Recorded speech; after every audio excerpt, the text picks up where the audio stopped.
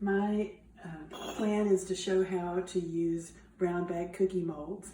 I had some of these for years and couldn't figure out how to get the dough out of the mold to make the pretty cookies.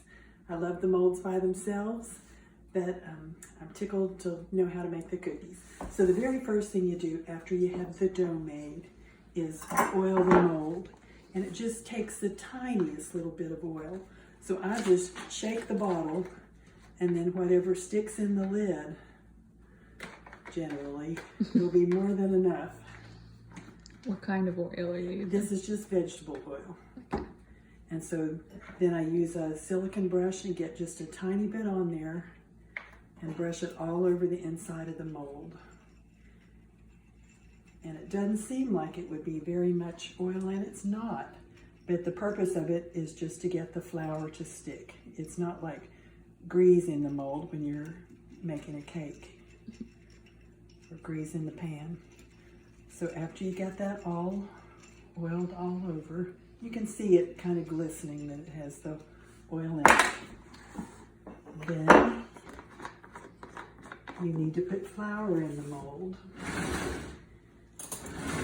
And I do it easy and fast.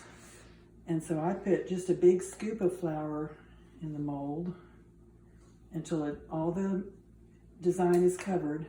And see, it's loaded with flour. And then I knock it. I have plastic containers, so I can knock it pretty hard, plastic canisters, and this is all that's left.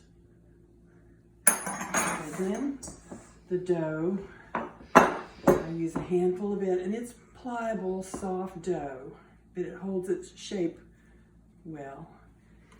You press that into the mold and use a generous amount.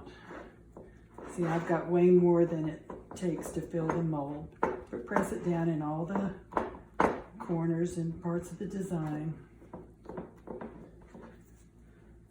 See, if I hold it sideways, you can see it sticking up over the edge of the mold, but it's all covered. And then I use a long, sharp knife and hold it against the mold and shave off the excess. And then I'll just put that back in the bowl to be used for the next cookie. And then press it flat again, making sure the mold is filled all the way up. Okay, and then I usually use my thumb to go all the way, or forefinger to go all the way around the edge of the mold to kind of neaten up the edge and loosen the very edge from the design.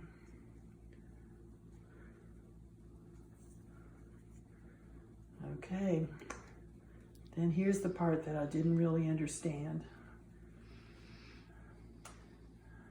Okay, I've got it ready to go. I've got a phone book that I saved just for this purpose. It's really beat up, wrapped in a tea towel. And then you hold the mold perpendicular to the phone book and knock it pretty hard. Get ready to catch it with one hand. I'm holding the mold in the right hand and I'm getting ready to catch with my left hand. So you pack it pretty hard, and then it'll just kind of jump right out on your hand.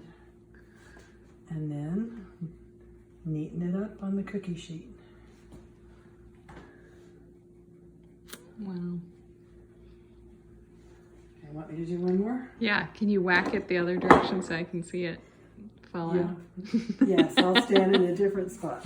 Okay, once it's been oiled, the cookie mold is oiled. You don't have to oil it again. That's enough for the whole batch of cookies that you're making.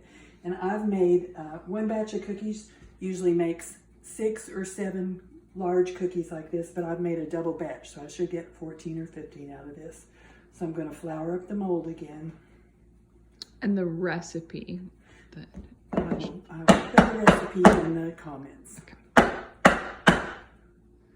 Okay, there's the flour on the mold again. And I take another handful of dough. And if you don't have enough in your first handful, you can just add to it if it's mixed up to the right consistency.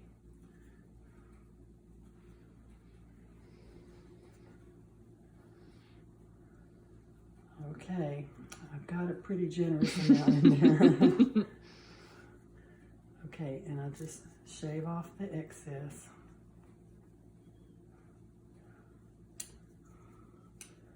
Get a little bit more. I'm keeping right level with the mold. Okay. And then I'll squish it back in, making sure the mold is filled. This dough doesn't have any leavening in it, not any baking powder or baking soda, because you want the cookie to not raise or rise, because that takes away the definition of the design, and that's what you're using the molds for.